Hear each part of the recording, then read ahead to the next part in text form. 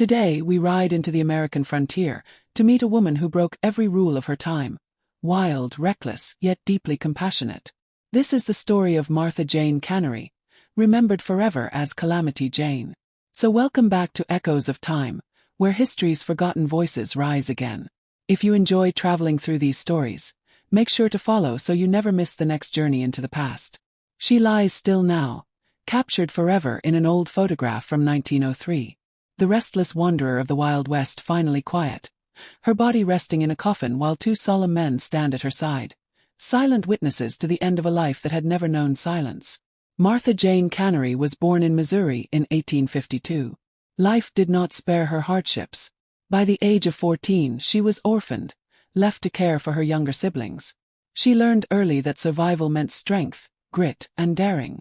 That childhood forged the woman she would become, a woman who lived outside every boundary society tried to place upon her. They called her Calamity Jane. Some said the name came from her habit of rushing headlong into danger. Others claimed it was because disaster always seemed to follow her. But to many on the frontier, the name simply meant a woman unlike any other.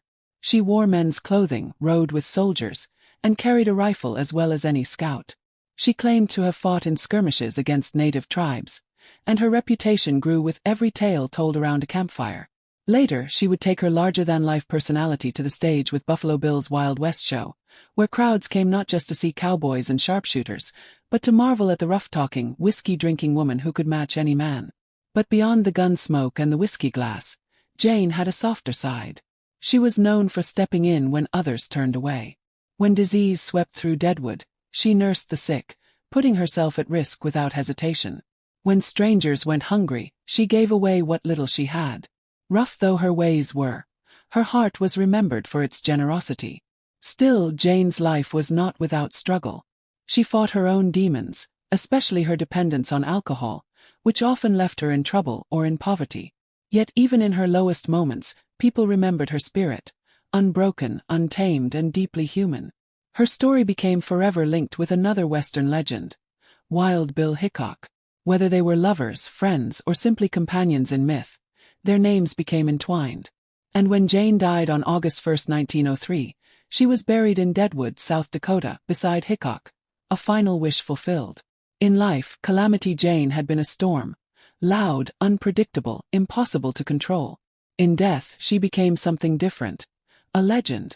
The final photograph shows her lying peacefully, hands folded, the storm finally passed. And yet her memory endures. Over a century later, her name still rides the winds of the prairie, whispered in saloons, sung about in ballads, and written in the history of the West. She was not polished, not perfect, but perhaps that is why she remains unforgettable. Calamity Jane was proof that the frontier was not just shaped by gunslingers and lawmen, but also by women who dared to live on their own terms, fiercely, loudly, and freely. Thank you for joining me in remembering Calamity Jane, a woman who lived as wildly as the West itself, and whose legend continues to echo through time. If you'd like to hear more stories like this, don't forget to follow. Until next time, may the courage of the past continue to guide the present.